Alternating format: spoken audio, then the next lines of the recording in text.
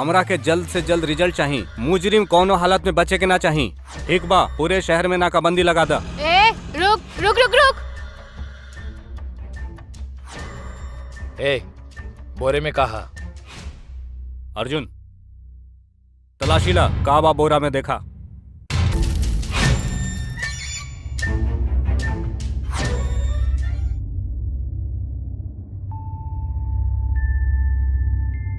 कहाँ कहाँ मरले साला। हम कितनन के मर्डर कईनी, लेकिन आज तक पुलिस हमके ना पकड़ पौलस।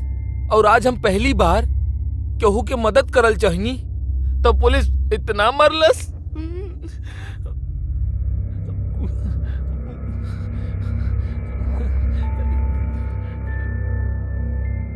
हंसला, तू हंसला,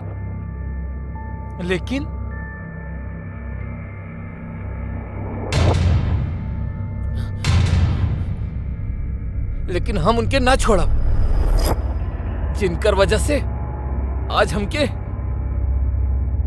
इतना मार पड़लस।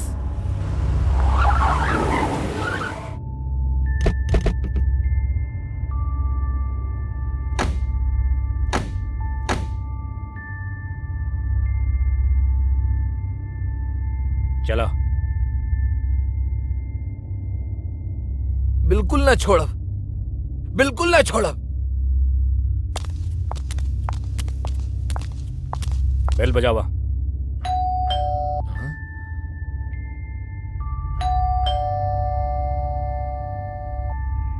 ई वक्त की हो सकेला?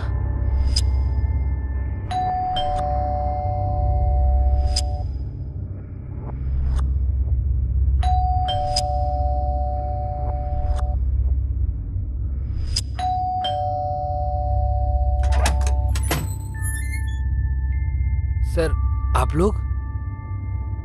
तोहार घर के तलाशी लेवे के बा। हमनी के पास सर्च वारंट बा। अरे सर, भइल का? चला, हटा हटा हटा। एक काम करा, पूरा घर के अच्छे से तलाशी ला। जी सर। अर्जुन, तू ऊपर देखा, हम यहाँ देखत बानी। ओके मैम।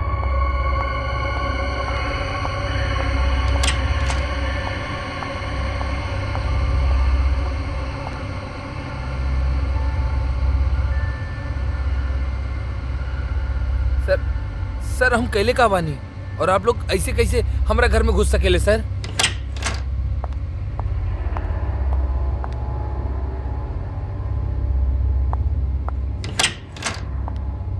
सर भइल का बा सर? हम तो कुछ ना कहनी सर।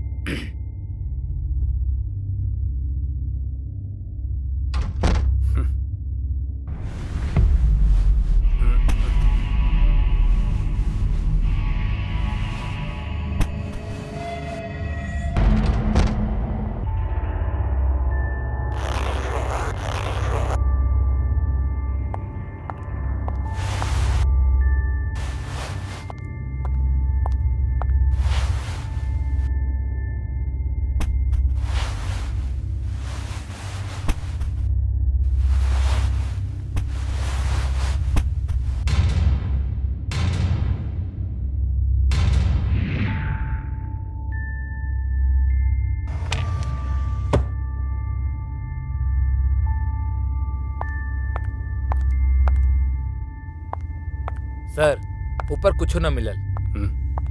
सर अंदर भी कुछ ना मिलल।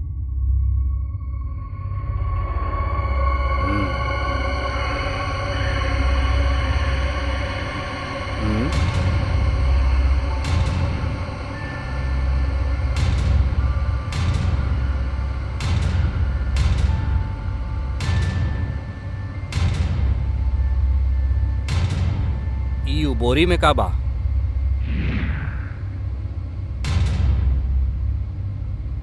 सर वो कुछ पुराना कपड़ा फेंके के खातिर रखल बा।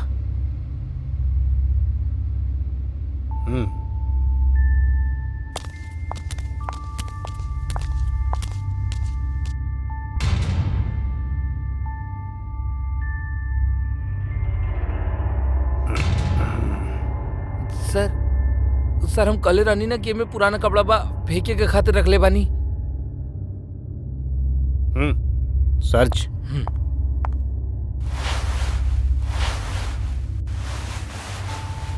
ठीक से खोल खोल के चेक करा। जी सर।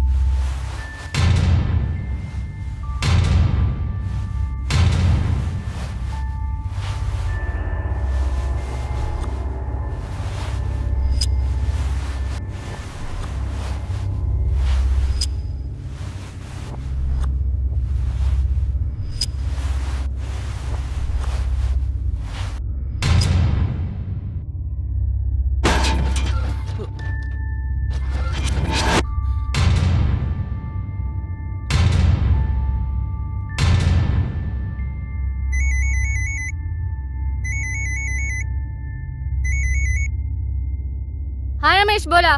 मैडम जागृति नगर के बाहर बोरी में एगो लड़की की लाश मिलल बा। क्या?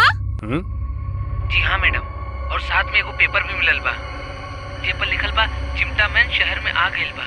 तू लोकेशन सेंड करा, हम लोग वहाँ पहुँचत बा। ओके मैडम। सर एक बुरी खबर बा। क्या? सर जागृति नगर में एक लड़की की लाश मिलल बा। व्हाट?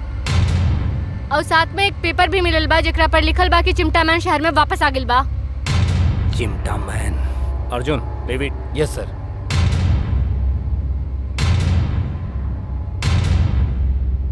सुन रे, बिना हमार मर्जी के शहर से बाहर न जाइए, समझला? बिना हमारी इजाजत के बाहर न जाइए। हमार जब मर्जी हुई तब यहाँ पर हम आई, ना तो तोहरा के हम पुलिस चौकी बुलाई, समझला? तब तक तू अपना खैर मनावा। चला, कमान, मूव।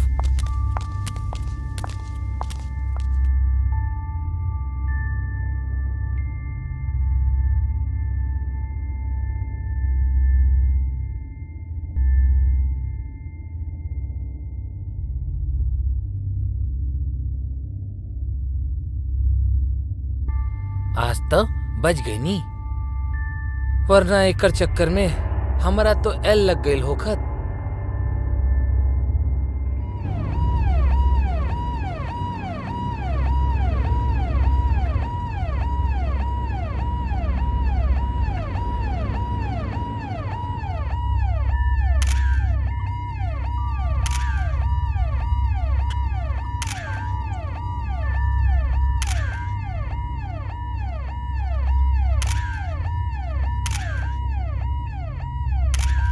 हमरा के नइखे लगत कि एकरा के यहाँ पे मारल गइल बा। ऐसन लग रहल बा कोनो मार के यहाँ फेंक देले बा।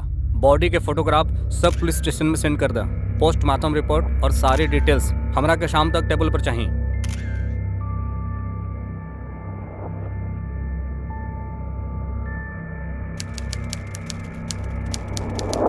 शिवांगी, पोस्टमार्टम रिपोर्ट आ गई? यस सर। सर ओकरा कोई नोकीला धारदार हथियार से मारल गइल बा। सर आसपास के पुलिस स्टेशन से हम सारा गुमशुदा के फोटो डिटेल्स मंगा ले बानी, पर डेड बॉडी से कोनो भी डिटेल मैच ना करता। पता नहीं हमरा काहे ऐसा लग रहल बा कि कोनो एक आदमी के काम ना, ये पूरे गिरोह के काम बा। हो सका था सर। और कातिल बहुत शातिर बा। जी सर। वो हमरा के गुमराह भी कर रहल बा, बाकी वो कानून के हाथ से बच ना सकेला।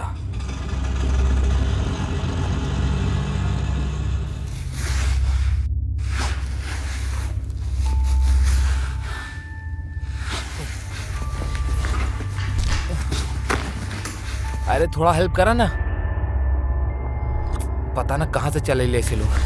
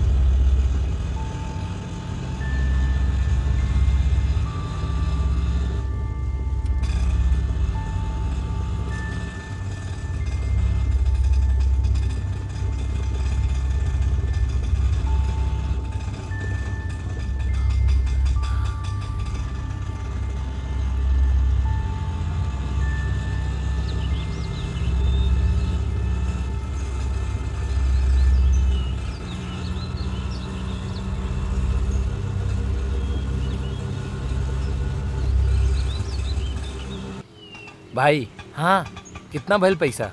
200 रुपया भाई। ठीक है।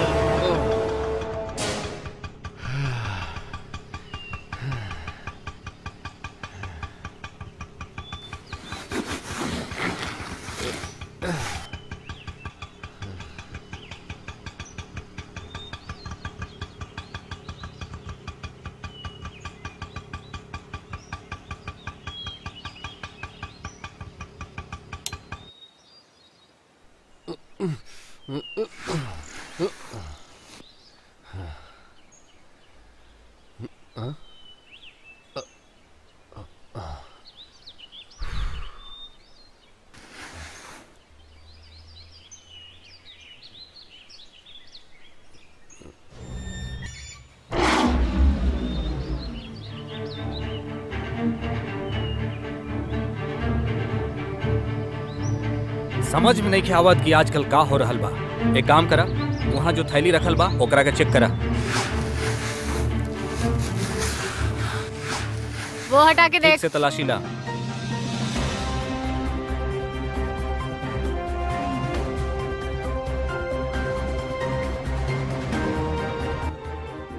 शहर में नहीं के थमत हत्या के सिलसिला। शहर के बाहर दिन दहाड़े एक रिक्शा चालक के हत्या कर देवल गइल बा। ई हत्या ये वही सीरियल किलर कैले बा या कौन और हत्यारा कैले बा। पुलिस एकरा पर कुछ बोले से बचे के कोशिश करता।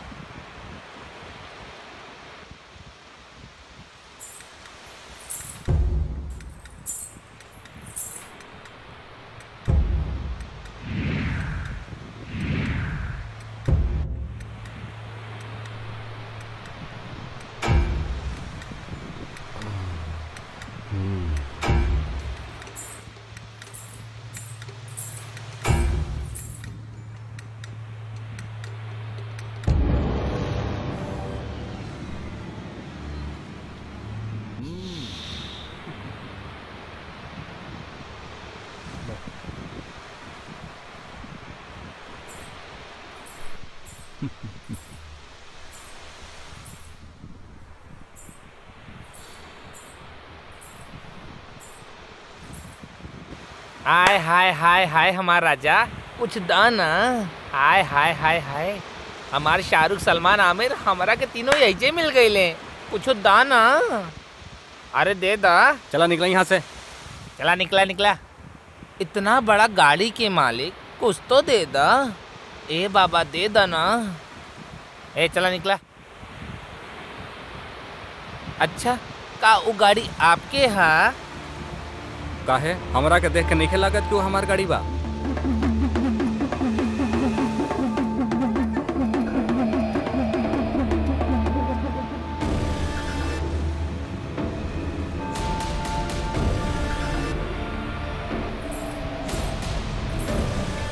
अरे का कर रहल बाड़ू?